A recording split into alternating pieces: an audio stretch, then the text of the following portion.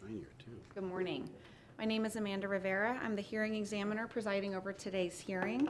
The date is September 27th, 2023, and this is case DCI 2022-00061. It's a rezoning request from the Ag 2 district to mixed use plan development, MPD.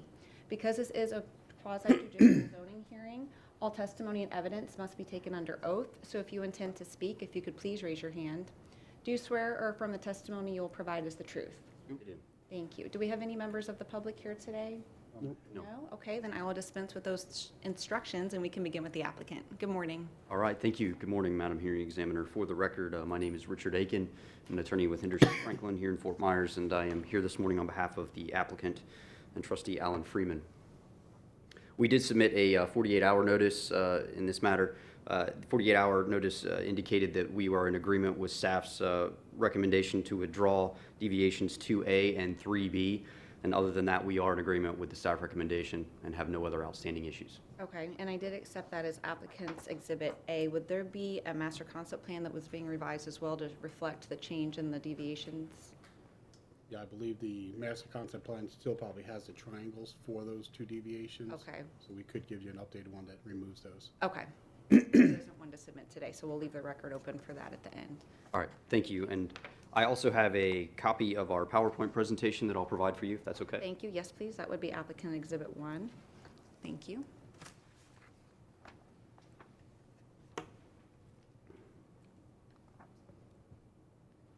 All right, so we have our team with us here this morning. We have Alan Freeman, who is the applicant and the developer. He's here with us, and likely we'll have a brief presentation this morning. Al Quattrone, who's our land use consultant with Quattrone and Associates, will be giving the bulk of our presentation. We also have Yuri Baikal, who's our transportation consultant from TR Transportation. He is here this morning if you have any questions of him. Just a brief presentation of, or the outline of our presentation. We'll go over the request and the overview of the project, as well as identify the location for the request, discuss the zoning and land use, as well as the master concept plan and the LEAD plan consistency. We will discuss some of the environmental issues. As you might have noted, there's an eagle's nest not too far by. And the transportation overview as well. We'll also discuss the deviations, as there are several, and conclude. The request here before you is to rezone approximately 30.65 acres from agricultural to mixed-use plan development for office, retail, commercial, and/or industrial uses. The request is for a maximum of 350,000 square feet of floor area, which would include a minimum of 30,000 square feet of commercial and a minimum of 30,000 square feet of industrial. The building height maximum would be 65 feet, and the maximum lot coverage would be 55% commercial and 75% industrial. In addition, we must connect public potable water and sanitary sewer services. So with that brief overview, I will turn it over to Mr. Quattrone to go over the rest of it. Thank you. Thank you.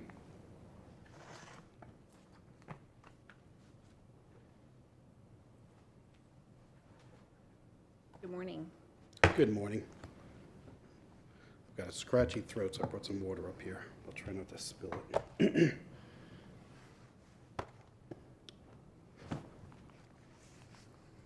For the record, Al Quattrone with Quattrone and Associates, previously accepted as an expert. I'd like to do so again. Yes, thank you. So the current use is a vacant agricultural with an agricultural exemption in place. It's located in the industrial development land use. It's also located in the Gateway Airport Planning Community. The location and mix of uses we're proposing are designed to allow this property to serve as an employment center for San Carlos and Three Oaks residents, reducing their commute times in the region. So this is where the project is located, right over here. There is a notch out up in this northeast corner, which is the San Carlos Fire Station, which was approved through a special exception and development order a number of years ago. Are the existing, not to interrupt you, the existing road that's shown that's kind of outlines the fire station, I'm assuming that was because of the fire station? Yes. And they just did stub outs Yes. essentially to this property? Okay. Yeah, stub outs to the north and, or actually a connection to the north, and then a stub out slightly to the south.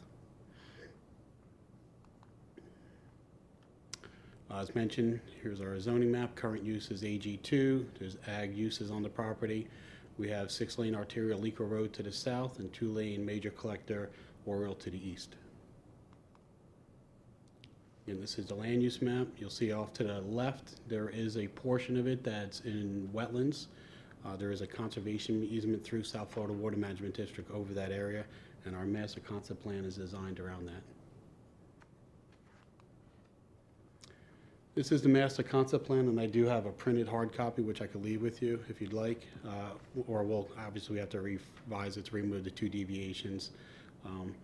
But so it shows the intended use of, we have an entrance off of Alico Road, 2 entrances off of Oriole. This is the existing one. So we've, as you get into, we'll see we have a number of deviations. Those deviations are consistent with other projects in the area that we've gotten deviations for, and a couple of them in there are deviations that we typically get through the administrative process. So we're trying to head that off, particularly as far as potential future driveway separations, and I'll talk about that a little bit later. To the north, adjacent property to north is zoned, and it's a 3-use distribution plan, which is a mixed plan development, and it's developed with the Centerlinks Industrial Development Park. To the south, the Alico Road right-of-way, and then across from that is C1A and CPD properties developed with commercial uses such as a shopping plaza, tire store, and restaurants. To the east is 3 Oaks Marketplace on the other east side of Oriole Road, which is partially developed with infrastructure and proposed commercial. That is the location of the new Home Depot, so for reference. To the west is zoned the Formosa Commerce Park, which is an industrial plan development. Again, that's partially developed with the racetrack immediately to the west of that. The property is not adjacent to any residential uses or zoning and is in the industrial commercial interchange area. Staff has recommended uses, buffers, and conditions consistent with other nearby zoning PD cases. The proposed development conditions compatible with the surrounding land uses. Rather than read each one of these, if it's okay, I'd just like to, point out that, so we are complying with policy 1.1.7, industrial development. We demonstrated we're consistent with policy 1.5.3, and this deals with that wetland that we mentioned to the west, which is already part of a conservation easement and permitted through the Water Management District.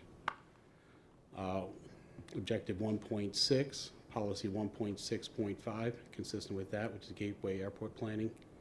And if there's any of these you want me to go elaborate on, just let me know. Consistent with objective 2.1, development location, objective 2.2, development timing. Are also consistent with policy 4.1, 4.1.1 and 4.12, which is utilities having availability. Policy 6.13, which deals with the requirement for a PD given the size of our project. We're consistent with that policy. Policy 6.15, we're consistent with that one as well.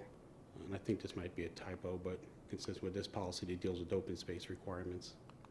This might be a typo, but this is, I'm having a hard time. I didn't hear the last part of that. Oh, I'm sorry. We list policy 6.15 twice. I think I have a typo there.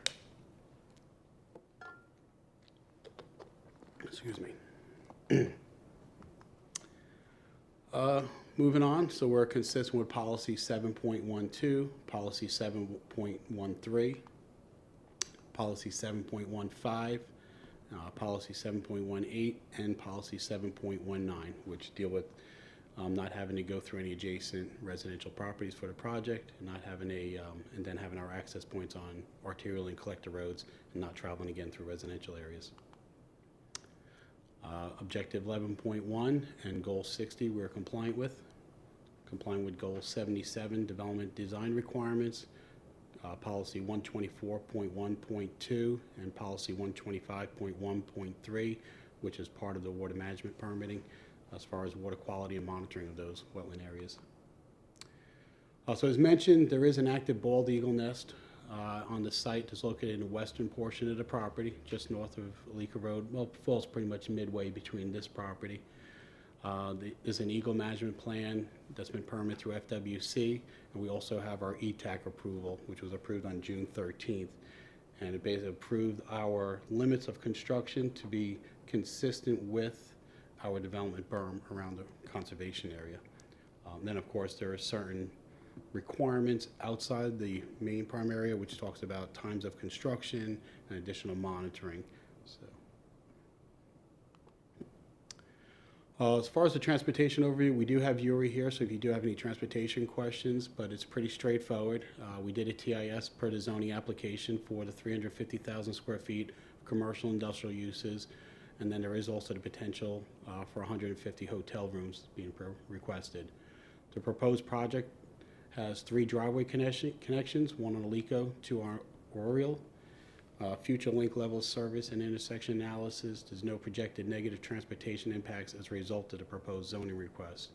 And the project is consistent with Lee Plan and Lee County Department of Transportation elements, rules, and standards. Again, just a quick overview of the site location, a little bit blown up, showing the existing access roads. So we'll have an access point somewhere around here off Alico. There is a ditch, you can see that's a fairly large ditch. We'll culvert that and connect here, similar to what we did with Three Oaks Marketplace to the east. So as far as the deviations, we do have a number of them. As I mentioned, we did request, or staff's recommendation, we withdrew deviation 2A. We agree with that one. We have no objection to that. Then we have deviation 2B to permit a 25-foot line lake setback to allow a 0-foot property line lake setback when the lake is combined with adjacent property. So we're not anticipating any new lakes, but the intent of this deviation is if there are lakes built in the future, that they can cross lines, and also it accounts for the fact that there is a long linear north-south lake that serves as the master drainage system. That lake does cross property boundaries, so it addresses that existing condition as well. Deviation 2C to allow for a horizontal slope of 4:1 for the lake, and that is because the lake was built underneath the older design conditions. So since it's on this property, we've been including that deviation in these requests, even though it's a grandfathered condition. And then also to not require a fence around any existing or proposed lakes. There is a note in the LDC that says that at the discretion, a fence could be required. So we like to get that addressed up front, so we obviously don't need to show it later on for any existing or proposed lakes. Deviation number 3, we have the 5-acre conservation easement lake tracts. We want those to be credited towards the open space requirement for the project. So we did a calculation to demonstrate that we can offset 10% of the commercial use requirement, reducing it from 30% to 20%. And for industrial, which is typically requires a 20% open space requirement, we can reduce that down to 10 by using that existing conservation and lake tract. We withdrew deviation 3B, and then deviation 3C is to allow native wetland trees to be substituted for 100% of the total number of herbaceous plants required. So we're in the flight path of RSW, so they typically ask us to not plant herbaceous plants which could draw birds, so we asked for this deviation to replace those. Street design standard, this goes to the design of it. There is a code that requires trees to be planted on either side of the within the right-of-way, either side of the road. We've asked for this deviation so that we don't have to plant any canopy trees which have an adverse impact on the roads and visibility later on. 4B, to permit internal roads or access ways to be constructed without a cul-de-sac. Over to the site plan, we are proposing a hammerhead right here. Staff has indicated they support that. Obviously, that'd be something else that's reviewed during DO to demonstrate that it complies with the fire department turnaround requirements. Development signs 5A to permit one additional sign, or deviations 5A and 5B, to permit one additional sign on the project's road frontage, Oriole Road, for a total of 2 ground-mounted developer signs on Oriole Road, and to allow 2 signs on Oriole Road with 200 square feet per sign area per face. This is a deviation of an additional 100 square feet of sign area on Oriole. Again, this is something consistent with other projects, given the size of it and the amount of frontage we asked for this deviation. Assume those would be on the project entrances that you've got along Oriole? Yes. Deviation number 6 is site design standards to permit the proposed local roadway as shown on the master concept plan to serve as a required interconnection for lots C1 and C6. So there is a condition in the LDC that requires interconnection of parking lots. So after a project's developed, they want the parking lots to be interconnected.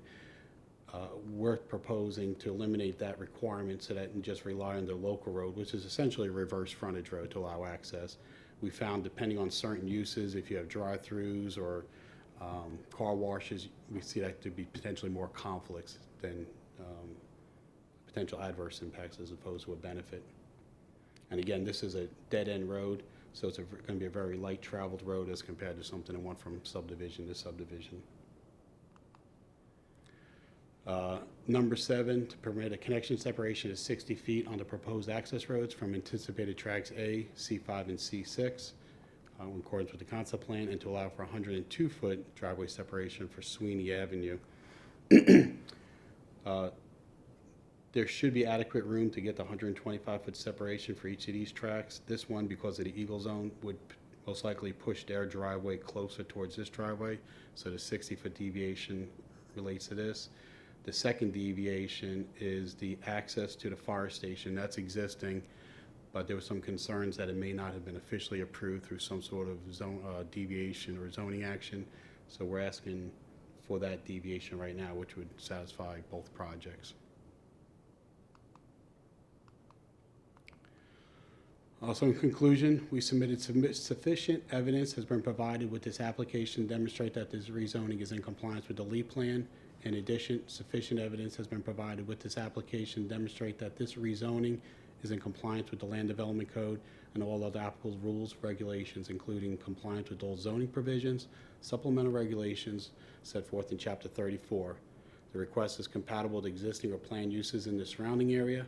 The project with provided access is sufficient to support the proposed development intensities. The expected impacts on transportation facilities will be addressed by existing county regulations at time of development order. The request will not adversely affect environmentally critical areas or natural resources. Urban services are available to the site, including utilities, the roadway networks in place, and this will not have an undue burden upon existing transportation or planned infrastructure facilities in the area. The request is consistent with the densities, intensities, and general uses set forth in the LEED plan, and the proposed uses or mixes of uses are appropriate for this location. The proposed conditions are sufficient safeguards to the public's interest and are reasonably related to the impacts on the public's interest expected from the proposed development. The deviations enhance the achievements of the objectives of the planned development and preserve and promote general intent of the code to protect public health, safety, and welfare. The request will not cause damage, hazard, or nuisance, or other detriment to persons or properties. The request will meet or exceed all performance or location standards set forth for the uses allowed. And that's the end of my presentation. If you have any questions. No, I'm just going through. The only question I had, we went through the deviations, but on the conditions, the only one was the development services condition that's talking about the trip generation, essentially. Is that intended just to preserve what the TIS currently contemplated I believe so. for the ratio? I think it said it was a 1-to-1 ratio for anything. So if you do decide to do a hotel or something, you would just stay within the confines Yeah, is that correct, Your Best? Yes. of that trip generation? Okay. That was the extent of my questions for now. Okay, Thank good. you.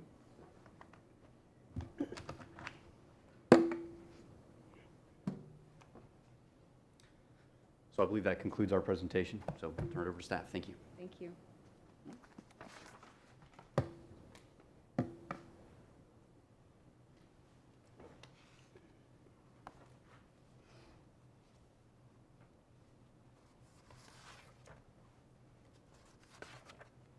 Good morning. Good morning. Sharon Badamchian from Lee County Zoning. My resume is on file. I was recognized as expert. I would like to be recognized as such. Thank you. Well, the request, as you heard, is to rezone 30.6 acres, plus or minus acres, from Ag to mixed-use plan development, basically industrial plan development and commercial plan development. The future land use designation of the property is industrial development, with the exception of about 3 acres of it, which is in the wetlands, but they have a conservation easement over it, and they are not touching that.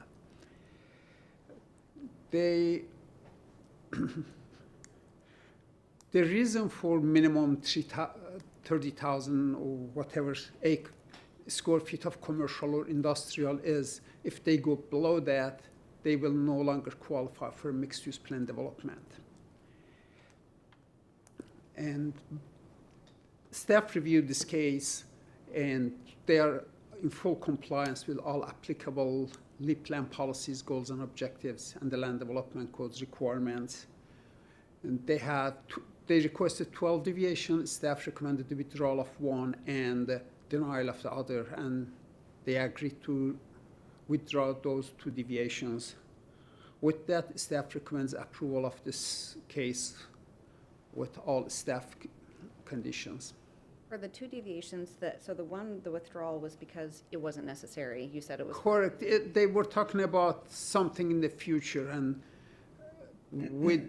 it wasn't really clear what they were talking about, really. And they agreed that it was kind of, reading the future, what's going to happen. And the other one, The other one dealt with the landscaping, and I think the reasoning from the what. landscaping, the reasoning was that on both sides of the road, we have the same wet landscaping. And this would have been the only one with reduced landscaping. And there was really no reason for it to have a reduced landscaping, even though I understand some right-of-way was taken from this property in the past. But nonetheless, we just wanted everything to look uniform in the area. So you did compare all of the adjoining or Yes, we adjacent along that corridor? Correct, we did, all of them. And what they're proposing then without the deviation matches what was approved in the other cases? Yes, it does. Thank you. And so going back again, the first one about the lake excavation, it was a water excavation one, I think, from property lines. So that's not for the existing lake, that was going to be. Correct, that was for the future lake that's not shown on the master concept plan, and we don't know which lake, and if and when they ask for another lake, we'll see if there's a deviation needed. Maybe it can be administratively approved. We don't know. Okay. And with the 150 hotel room, staff was comfortable that that was consistent if they elect to add that in, that that's a consistent use at that number? That has consistent use. They have a given traffic count that they're giving us with the TIS. Our condition is that they cannot exceed that. If they want to have hotel, then they have to reduce the square footage of commercial, industrial to stay within the range of the trips they have provided us with their TIS. And that was the condition 9 that I was just asking. Correct. For. That's already been contemplated. Thank you. Did staff, or did applicant have any questions of staff? No, I could just elaborate a little bit on why we agree with staff. Is one, as Sharon mentioned, it would be for a proposed lake. Our assumption is if we ever did add a proposed lake, that would trigger an administrative amendment to the application anyway, and we could ask for that deviation at that time. And the other one for the buffers, there was at one point contemplating taking additional right-of-way, which we don't believe is ever going to happen. So with kind of that was an unnecessary request for that one, even though there was some additional right-of-way used for turn lanes. That wasn't the intent. So we're in agreement with those two. And when you talk about proposed lakes, you're talking within the individual development tracks? Yes, if somebody decides to put a lake for whatever purpose, for drainage or for aesthetic reasons. Okay. And the existing lake that's there that you talked about that's along the west, and that's part of an ERP, did that ERP, is that approved for this development plan, or does that connect to something else? No, that lake is, which runs from this property. The discharge of that lake is at our southwest corner, and that lake continues all the way north, almost towards the Fiddlesticks ditch, and that serves this entire North Alico subdivision. So that ERP runs along, and that has a conservation easement attached to it. That's Yes. for the western portion of the property, but you don't have an ERP over this development? Not over this site-specific development, not Okay, but you will have to. Yes, they'll have to do that for the infrastructure at some point. And the agricultural exemption, I read in there, it's a standard one that basically just says that you're retaining it until you start to go vertical on any individual tract. Is That's that the right. intention? Yes. Okay. Thank you. And with the last question I didn't ask before about the Eagle, you went through ETAC in June, and that was the approved management plan? Yes. That's connected, the one that I have here in the staff report. Let me find where that is. Is that an active nest? Yeah, I believe so. I think it's been used every year from what I understand. Okay, but you've already designated, so the revised master concept plan, I think, is the only outstanding issue that I have on that. Okay. Were there any closing comments that anybody wanted to make? No, ma'am. Okay, thank you. How long do we need to do the revised master concept plan to remove the deviations? We could get to you tomorrow if you'd like, or so if you want to leave the record open until Monday or Tuesday. Definitely, yes, that would be fine. I've got one case before this one, so I won't be getting to it before then. So you want me to just do Monday the 2nd by 4 p.m.? Yeah, I could have it done before I even get back to my office if I make a call, so. The goals of technology, not if your technology is working the way that ours was this morning. It won't work that quickly, so I don't want to hold you to that. So I will leave the record open simply for a revised master concept plan by end of business on Monday, the 2nd, simply to remove those deviations to be consistent with the 48-hour letter. Okay. And there were no closing comments by either party? Okay, thank you. Then with Thank that, you. we'll I conclude. didn't want to cut out. I know he liked. Thank you. Thank you for coming. Please stay well. Thank you.